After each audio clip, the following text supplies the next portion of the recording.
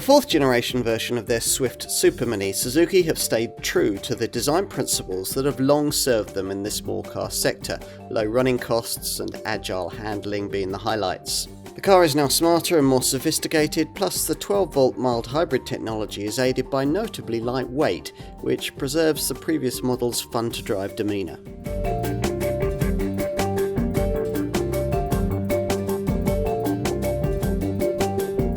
It's quite rare to see a newly designed supermini launch these days, but here's one, the fourth generation AOL series version of Suzuki Swift. In today's market, small hatches are often being replaced by small SUVs, which is why we no longer have once strong supermini sellers like Nissan's Micra, Kia's Rio, and most notably Ford's Fiesta. In fact, Suzuki reckons that so many superminis have been culled from manufacturer ranges that around 250,000 people in the UK who bought a small hatch in the last 3 years won't be able to replace their car like for like when the time comes to do so. Needless to say, the brand hopes this revitalised Swift will help to meet this demand. We've had nearly 40 years of this Swift model line and some varied designs throughout that time.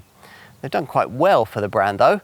The Swift offered in 169 countries and regions with accumulated sales of over 9 million units at the time of this fourth generation model's announcement in late 2023. To be absolutely accurate, this is actually the fifth Swift design we've had in our market. An earlier model was sold here between 1989 and 2003, following on from an original generation Swift launched back in 1983, which was sold only in Japan.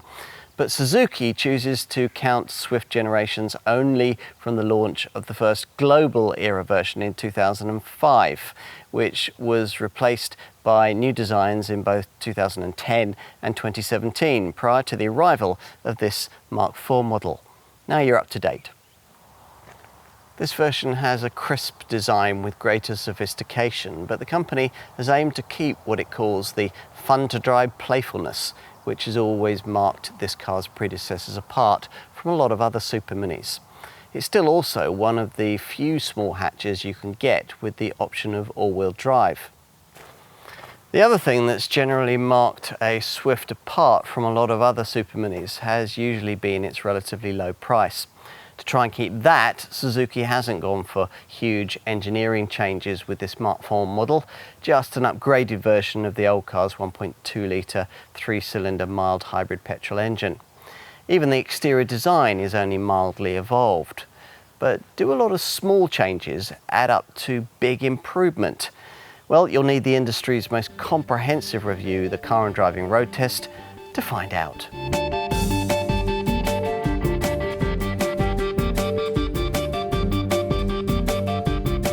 Some cheap small superminis trade merely on the fact that they're, well, cheap. Swift models have never been that one-dimensional, offering the added benefit of engaging drive dynamics primarily brought about through light weight. For that reason, we've always rather enjoyed driving a Swift, particularly the second generation post-2010 model, which could be flung about from lock to lock with abandon. Its 2017 era replacement didn't have quite the same joie de vivre, but it was still fun to punt around suburbia, as is its replacement, which still weighs in at under a ton. It isn't quite the agile, youthful thing a Swift once was, but Suzuki's reduced body roll and sharpened steering response, and as a result, this car is still some way ahead of most of its supermini rivals when it comes to the amount of fun you can have at the wheel. With Ford's Fiesta now consigned to history, it's difficult to think of a more engaging small hatch than this. That's despite the provision of just 82 PS on tap from the little 1.2 litre 3-cylinder petrol engine up front, which Suzuki claims is new in this Z12 E-Spec, but which, like the rest of this Mark IV design, is really just a mild upgrade over what went before. As ever, this powertrain's at its best mated to the slick, shifting, short-throw 5-speed manual gearbox we're trying here. As previously, a less responsive CVT automatic is optional for urban-based folk. Also, as before, if you stick with the manual, you'll be offered the unusual option of an all-wheel drive variant, which would be a good choice for country dwellers worried about winter traction. Suzuki claims that torque delivery, pulling power, has been improved this time round, but there's still very little of it available, just 112 Newton meters in total. So performance is quite leisurely, with 62 miles an hour occupying 12.5 seconds with this manual model, 5% faster than before. It's 11.9 seconds with the CVT Auto and 13.6 seconds with the all-wheel drive model. Pulling power's not bad from low revs though, so the Swift never feels slothful. Top speed in this conventional manual variant is 103 miles an hour, though you'd have to be rather brave or somewhat foolhardy to attempt that in this car. You're not ever going to be able to go any faster than that in the 4th generation version of this Suzuki because, rather sadly, there won't be a Swift Sport hot hatch version offered this time round. As with the previous model's K12D version of this power plant, so-called hybrid tech is trumpeted here. It's actually mild hybrid tech, which isn't the same thing at all. Unlike the full hybrid engines you'll find in this class on, say, an MG3 Hybrid Plus or a Toyota Yaris, the smart hybrid vehicle by Suzuki's Z12E power plant here can't ever run solely on electric power. And its 12-volt setup isn't even quite as sophisticated as the mild hybrid unit you'll find in this class in a Hyundai i20, which has a 48-volt setup. As with the unit in the previous generation model, this one's based around the use of what's called an integrated starter generator, powered by a tiny 0.2 kilowatt-hour lithium-ion battery that sits under the driver's seat. This setup harvests kinetic energy when you brake and converts it into electrical energy. This regenerated energy is used to power the standard engine start-stop system and also to provide a mild extra power boost as you accelerate, around 50 Newton meters of extra torque for up to 30 seconds. Beyond the city limits, you might notice slightly improved refinement thanks to sleeker aerodynamics and more attention on reducing road noise. For the first time on a Suzuki vehicle, sound and vibration adhesive has been applied to the underbody to reduce transmission of noise and vibration into the cabin, particularly on bumpy roads. It's still a little noisier at highway speeds than some rivals though. We mentioned earlier that body roll is now better controlled. Well, that's down to increases in the stabilizer bar diameter and the rear suspension stroke, plus the addition of Teflon sheets to the stabilizer mounts. Changes that have also made the ride quality a little more settled, though it doesn't cosset you from the bumps as, say, a Polo or a Skoda Fabia would. But neither of those two models will put the same smile on your face as a Swift might when you drop the kids off at school and your favourite back double opens up. That attribute might not be particularly relevant for a large proportion of potential Swift customers, but if it is for you, then this is a supermini you can't afford to leave off your segment shopping list.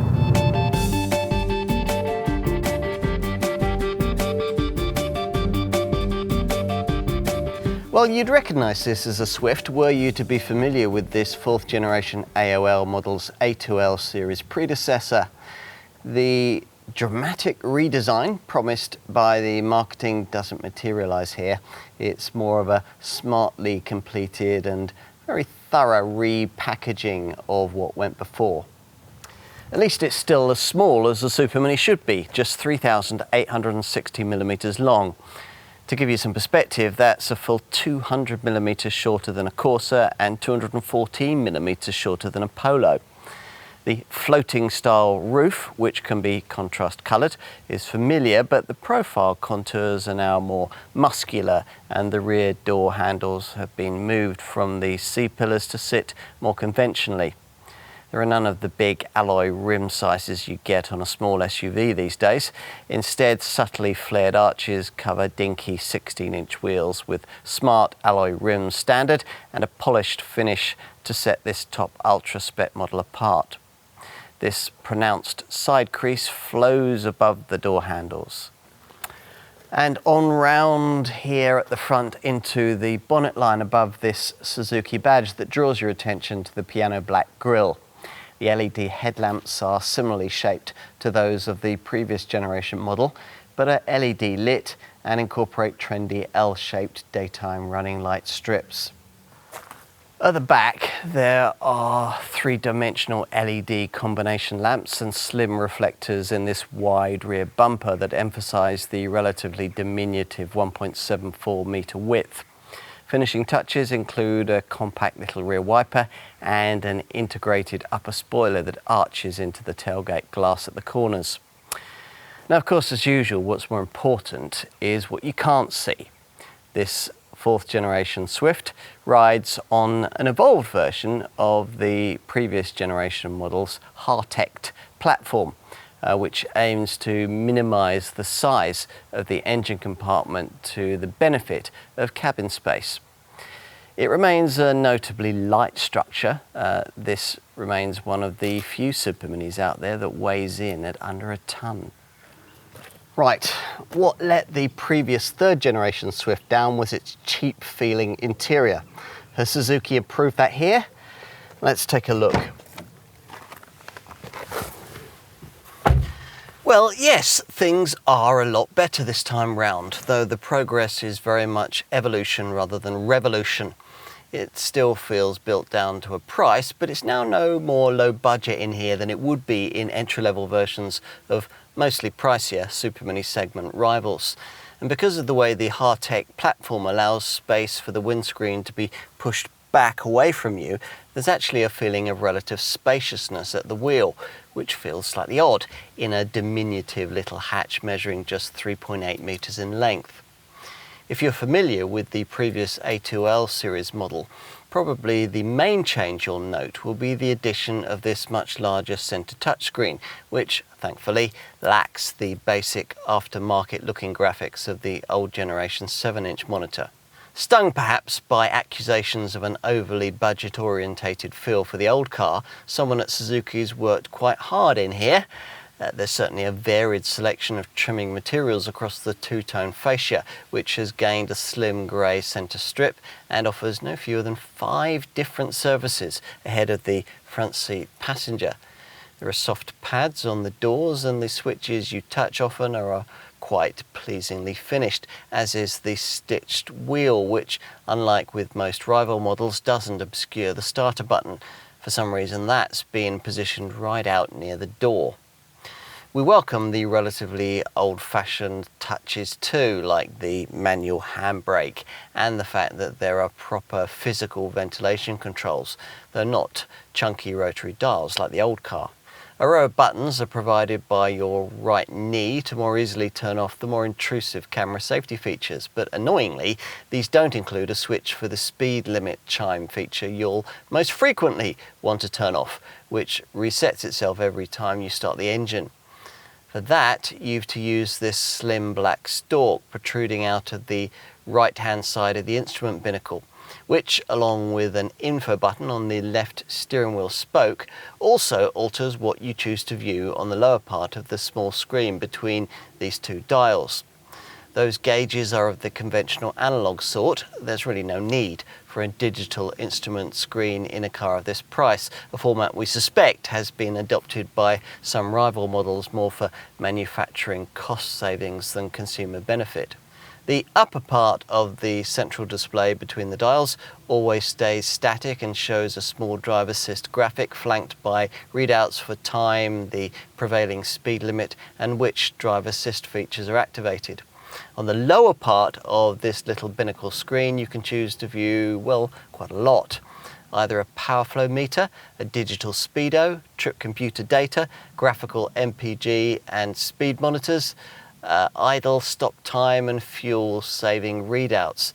There's an analog clock and one of those fairly useless acceleration brake readouts that basically tells you little more than whether your foot's on the throttle or not. Rather incredibly for a basic supermini, you can also choose to view little circular torque and power meter readouts and even a G-force meter. Anything else you might need to know is of course found on this central infotainment screen, which has grown to 9 inches in size for this 4th generation model and, as importantly, now has much more modern looking graphics. The home screen has a central trip data box, below date and time readouts, and is flanked by larger boxes, both with their own individual menu options, with nav mapping on the left and audio on the right. Aside from screens, the ergonomics seem fine. Build quality from the Japanese factory seems okay, and unlike an MG3, the wheel adjusts for reach as well as height. The seats lack lumbar adjustment, but are reasonably supportive for short to medium length journeys. Strangely, you have to stretch to top ultra trim to get a front seatbelt shoulder height adjuster. Thanks to the tall side windows and relatively upright windscreen, all-round visibility is not bad, and your rearward view is assisted by sensors and a standard camera. As for cabin practicalities, well, you get a big glove box and reasonably sized door pockets. There's a stowage area at the base of the centre stack, which seems to be intended for your phone handset because there are connectivity ports just above, a couple of USB-A's, a USB-C and a 12-volt socket. 2 cup holders are provided ahead of the gear stick, and there are ticket clips in the sun visors. The doors are so light that you have to slam them quite hard to get them to shut, which doesn't give much of a feeling of having chosen a quality product. But you have to keep reminding yourself that it's all part of the lightweight structure that makes this car so relatively frugal. Time to take a look in the rear. Now, you might wonder whether a car this small would be a bit cramped in the back.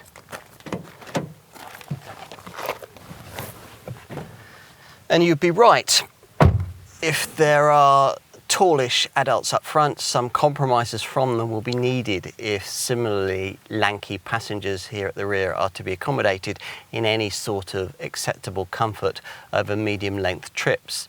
Longer journeys with adults in the back of this car aren't going to be particularly comfortable at all, but then you could say that about a lot of superminis. It doesn't help that the centre tunnel is slightly more prominent than you'd think might be needed on a front-driven car, and that the headrests are of the sort that uncomfortably dig into your back until they're raised. Signs of cost-cutting are evident back here. There are no door pockets, only bottle holders. The grab handles lack coat hooks. You only get a heater vent back here with top ultra trim, and the front seat backs lack pockets, which seems a bit mean. At least the standard rear privacy glass keeps it cooler back here in hot weather, and there's access to this cup holder in the console ahead. Let's finish with a look out back, where boot capacity isn't much different from the 265 litre trunk that featured previously. That's some way off the class norm. To give you some perspective, a Vauxhall Corsa has a 309 litre boot, while in a Volkswagen Polo there's 351 litres in the trunk. Cost cutting's evident here too. The panel of recycled material that adorns the inner side of the tailgate looks particularly cheap.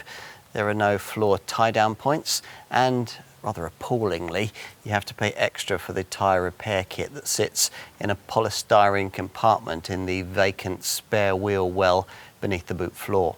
Suzuki doesn't offer an adjustable height floor, which is a pity because there's quite a drop from the entrance of the boot to the floor of the load bay.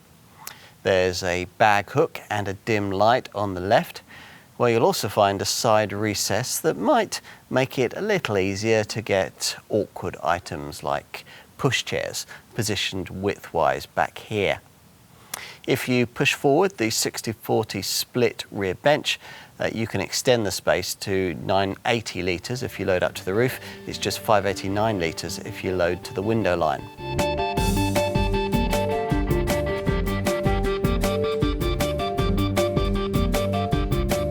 Affordability has always been a Swift strength, and like so much else, that hasn't changed with this 4th generation model. Prices from launch and at the time of this test in summer 2024 started from just under £19,000, but most models will be sold around the £20,000 bracket. There's a choice of 2 trim levels, Motion or this Ultra version, and in most cases you'll be adding between £600 to £850 more for your choice of paint colour. It's £1,250 more if you want to upgrade from manual to CVT auto transmission. If you want the all-grip four-wheel drive variant, which costs just under £21,000 as we filmed, you have to have the top Ultra trim and manual transmission. The pricing we've just quoted means that in this Smart 4 form, this Swift doesn't enjoy quite as much of an advantage over mainstream brand superminis as some of its predecessors did, but a Swift will still save you a reasonable amount over what's required for the strongest sellers in the segment, and includes more equipment too, so the value difference is actually greater than the price differentials to competitors would initially suggest. For instance, the sector sales leader, Vauxhall's Corsa, in its entry-level form, costs around £1,000 more than a base Swift, though if you equipped a base Corsa up to the level of a Swift Motion, the difference would be much greater than that. Now, the same is also true of the base Seat Ibiza or Skoda Fabia models that would also cost you around £1,000 more than a base Swift, and of the three mainstream models in this segment that would save you around £1,000 over a base version of this Suzuki. Renault's Clio, the Mazda 2 or Citroën C3. The exception to this rule, and a very good choice all round, is the MG3 Hybrid Plus. We tried that recently, which not only undercuts this Suzuki by about £1,000 in its base form, but also gives you a full hybrid engine that's much more economic than the mild hybrid one provided by this Suzuki. It just depends whether you're happy to settle for a budget Chinese brand. And this Suzuki is certainly more engaging to drive than that MG. Most of the other superminis in the class that we haven't yet mentioned cost a lot more. You're looking at around £2,000 more for contenders like Peugeot's 208, the Volkswagen Polo, an Audi A1 Sportback, Hyundai's i20 or a Skoda Scala. And a Mini Cooper 5-door would set you back around £3,000 more than this Suzuki. If, having considered all of that, you conclude that it is a Swift that you really want in this class, then you're going to need some more detail on the fairly generous equipment levels we alluded to earlier. So let's brief you on that now, starting with what's provided with the base Motion version. This comes with automatic LED projector headlamps with manual levelling and high beam assist, and LED rear combination lamps along with 16-inch alloy wheels, metallic paint and powered heated mirrors. Suzuki also includes rear privacy glass, green tinted windows, keyless entry, rear parking sensors, a rear parking camera and a wide portfolio of camera safety kit, which we'll brief you on in a minute. Driving stuff includes adaptive cruise control with an inclusive stop and go system on the CVT automatic. Inside with all Swifts, there's heated front seats and manual air conditioning with a pollen filter. Media connectivity is taken care of by a 9-inch infotainment display with a built-in navigation system and wireless Android Auto and Apple CarPlay smartphone mirroring, plus a 4-speaker DAB audio setup with 2 tweeters. You might not feel the need to find the extra for this top Ultra spec. This adds a fairly minor set of extra additions: automatic air conditioning, power folding mirrors, a rear heater outlet, a painted door trim ornament, a front seat seat belt shoulder height adjuster and a polished finish for the 16-inch alloy wheels. CVT automatic models also get gear shift pedals too. We should also brief you on the benefits of the Suzuki Connect app, which all Swifts have had since 2022. This allows you to remotely interact with your car via your smartphone. This alerts you if the alarm has been triggered and will allow you to remotely activate the locking and hazard warning flashes from your phone. It allows you to check your vehicle's driving history over the last 18 months, including day-to-day driving records, drive duration, distance, average fuel consumption, and starting points and destinations. If you've somehow forgotten where you parked your Swift, the app will show your vehicle's location on a map. And if you've lent your Swift to someone else, you'll get smartphone notifications when the car enters, leaves, or is absent from a set area during a set period of time. The app will also send you notifications when scheduled maintenance is due. Right, that's covered standard kit. On to options. There aren't too many and there's nothing really significant. If you're looking for visual embellishments, Suzuki will sell you a body decal set and door mirrors in either red or black. Bear in mind that you'll almost certainly be paying your Suzuki dealer more for your choice of paint colour. The only standard shade is Flame Orange Pearl Metallic. We've got Frontier Blue Pearl Metallic here, which has a special 3-layer coating. The all-over metallic shade started around £600 more. It's around £700 more for this one. If you want your chosen shade matched with a contrast colour black roof, your choice of colours narrows and you're looking at £750 to £850 more. You might want to add the special but rather pricey Cosmic alloy wheels that Suzuki offers, over £1,000 for a set, and branded silver door sill trims too. Practical touches include rear bumper protection film, door handle protectors, floor mats, and for the boot, a waterproof cargo tray with raised edges. Plus there are the usual roof crossbars so that you can add a roof box and carriers for skis, snowboards or bikes. It's a bit disappointing to have to pay extra for a tyre puncture repair kit though. What about safety kit? Well, given the amount of safety kit that Suzuki includes as standard, it's disappointing to find that Euro NCAP only gave this car a 3 out of 5-star score in its testing. That organisation apparently criticised the possible knee injury risk of the dashboard and reckoned there was insufficient chest protection for rear seat passengers. Euro NCAP also felt that there should be a countermeasure to stop front seat occupants' heads from hitting each other in a side impact. Make of all this what you will, but the reality to counter against all that is this 4th generation Swift's provision of a lot more camera safety kit than you get with most of its segment rivals. As part of this, Suzuki has improved its dual sensor brake support autonomous braking system. Now here, a millimetre wave radar and monocular camera are employed to detect vehicles, bicycles and pedestrians in front of the vehicle and help mitigate frontal, diagonal and lateral collisions. There's also lane keeping assist. That's a setup which works in concert with the vehicle's adaptive cruise control system and helps to maintain the Swift's position in the centre of its lane. Suzuki has additionally included a driver monitoring system based around a camera built into the instrument panel that monitors the driver's eyes and face and can detect drowsiness, at which point a warning alarm will be sounded. Other camera safety features include lane departure warning and traffic sign recognition. And there's the usual, now mandatory, speed limit warning sound, which unfortunately is really awkward to turn off and which reasserts itself every time you switch the engine back on. A blind spot monitor is an unusual feature at base level on a supermini segment car, alerting you at speeds of over 10 miles an hour if there's a vehicle in your blind spot. And another unusual standard feature in this part of the market is rear cross-traffic alert, which alerts you if there's an oncoming vehicle when you're reversing out of a space. Earlier we mentioned the high beam assist system, which works at speeds of over 25 miles an hour and automatically dips your headlights at night in the face of oncoming traffic. And there's also weaving alert.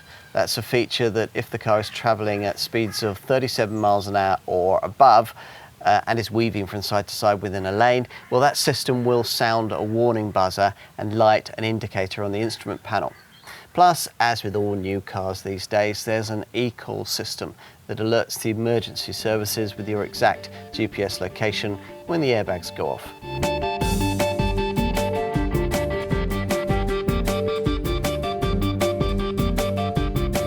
While the Swift has always been cheap to buy and reliable, in the past its fuel economy and CO2 emissions sometimes tended to let the overall cost of ownership down a little.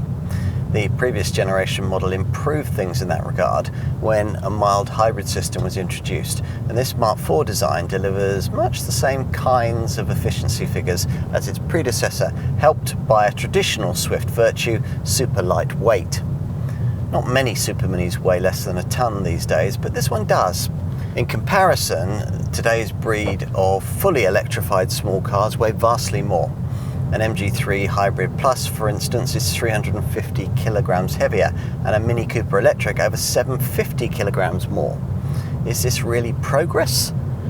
Suzuki says not.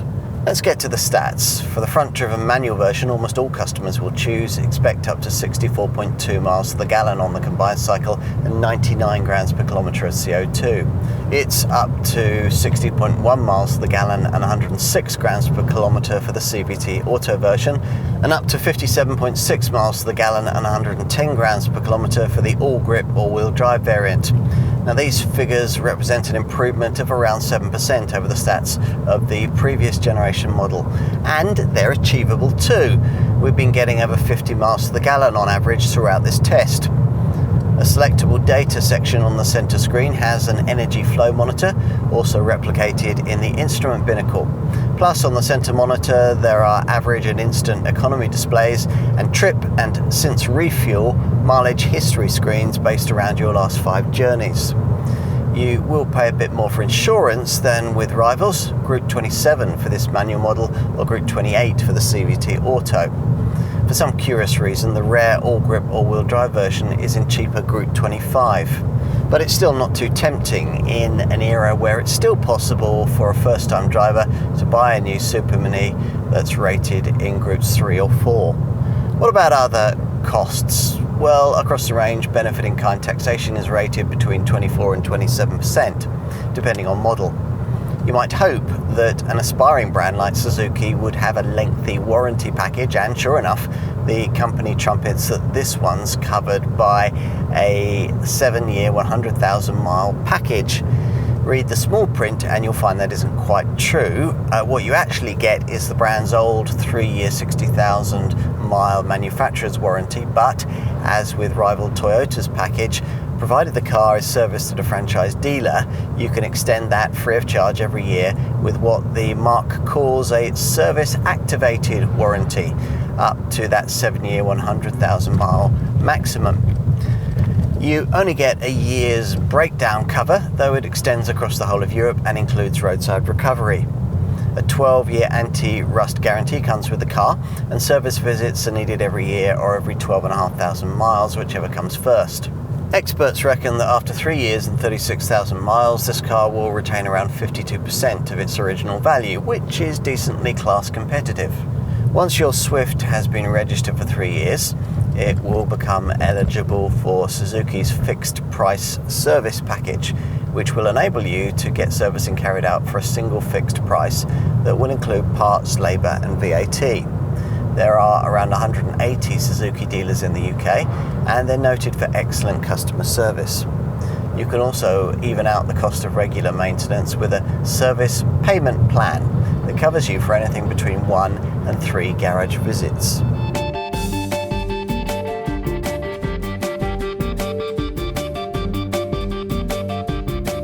The Swift has always been known as the thinking person's Supermini selection, and very little has changed in that regard with this 4th generation version. You come away from looking at one thinking that this Suzuki deserves a higher profile than it currently enjoys in the UK, but maybe that's the way Swift owners like it. Suzuki, of course, has a different perspective. With this generation model, it aims to rise from the foot of the Supermini sales pecking order to a position somewhere in mid-table, an objective that, based on our experiences here, seems entirely realistic. Yes, as the motoring press will tell you, there are certainly classier feeling contenders in this segment, some better looking ones too. But take everything into account and you'll generally find that in most cases they cost thousands more, or aren't as good to drive, or both, and few rivals can match this car's all-round frugality. Some of the interior fittings here still feel a little cheap, but the cabin's a step up from the previous generation model. Shame it couldn't have offered a bit more rear seat and boot space, but that would have required the kind of more extensive redesign that would have needed higher pricing, and that's already risen a bit more than dealers would have liked this time round. You get a lot of kit for your money though, with features fitted as standard that cost a lot extra with rival models, or in some cases aren't offered at all. And in summary, well, this isn't a supermini that most of those who will settle for a Polo, a 208 or a Corsa will even consider. But it's an alternative they should have tried before signing on the dotted line. Here's an affordable car that now doesn't feel quite so much like one, and a well-kept secret that doesn't deserve to stay that way.